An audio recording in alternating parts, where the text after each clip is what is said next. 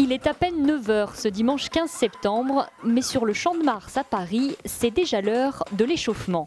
35 000 femmes ont réservé un dossard pour courir la 17e édition de la Parisienne, 6 km 700, et pour plus de la moitié des participantes, c'est une première. C'est une petite distance et maintenant ma fille, mon fils, mon mari, tout le monde court, donc ça m'a motivée.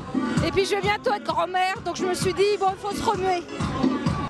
Si ce sont les femmes qui courent, les hommes ne sont souvent jamais bien loin. Je suis un coureur régulier, on va dire, mais jusqu'à présent, j'avais jamais réussi à convaincre ma femme de participer. C'est sa première participation à une course. Et puis, cerise sur le gâteau, elle sera avec sa fille. Donc voilà, c'est une course en famille. Et puis, pour une fois, je serai spectateur. C'est leur rendre la monnaie de leur pièce, puisqu'elle m'avait suivi jusqu'à présent. Là, c'est mon tour. Quelques minutes plus tard, le pont d'Iéna est noir de monde. Pour le départ, 17 vagues vont se succéder pendant 1h30.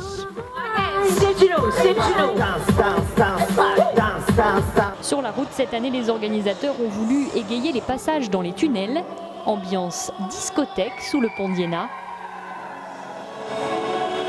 Sans compter la vingtaine de groupes musicaux répartis sur le parcours. Dans ce peloton varié, environ 55% des participantes se sont inscrites par leur entreprise, une manière de tisser des liens entre collègues. Chaque semaine, il y a une petite équipe qui s'entraîne pour préparer la course, donc oui, ça met beaucoup de bonne humeur dans l'équipe. L'arrivée est souvent synonyme de victoire personnelle, à l'image de Marie-Laurence, touchée par un cancer du sein l'an dernier. Le symbole, il est là. Voilà, ouais, c'est vraiment le combat contre la maladie. Ça y est, c'est fini, on n'en parle plus. Elle n'existe plus, quoi. J'y suis arrivée, c'était l'objectif que je m'étais donné. Donc je suis très très contente. Au 15 août, je courais pas. J'avais jamais couru. Au mois d'avril, je montais pas un escalier, donc je suis super contente. Après l'effort, certaines prolongent le plaisir par la séance de récupération collective et d'autres tirent un premier bilan. C'était sympa d'avoir des gens qui étaient là tout au long de la course pour encourager. Et sympa aussi de voir les gens qui étaient contents de me doubler. Donc c'était vraiment une bonne expérience. Une si belle expérience que certaines envisagent déjà de la renouveler. Et puis on le refait l'année prochaine, hein. Voilà, c'est ça. Le rendez-vous est pris.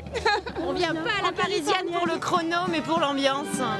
On retiendra quand même un chrono, celui de l'américaine Alyssa McKeag, qui remporte cette Parisienne 2013 en 22 minutes 40 secondes.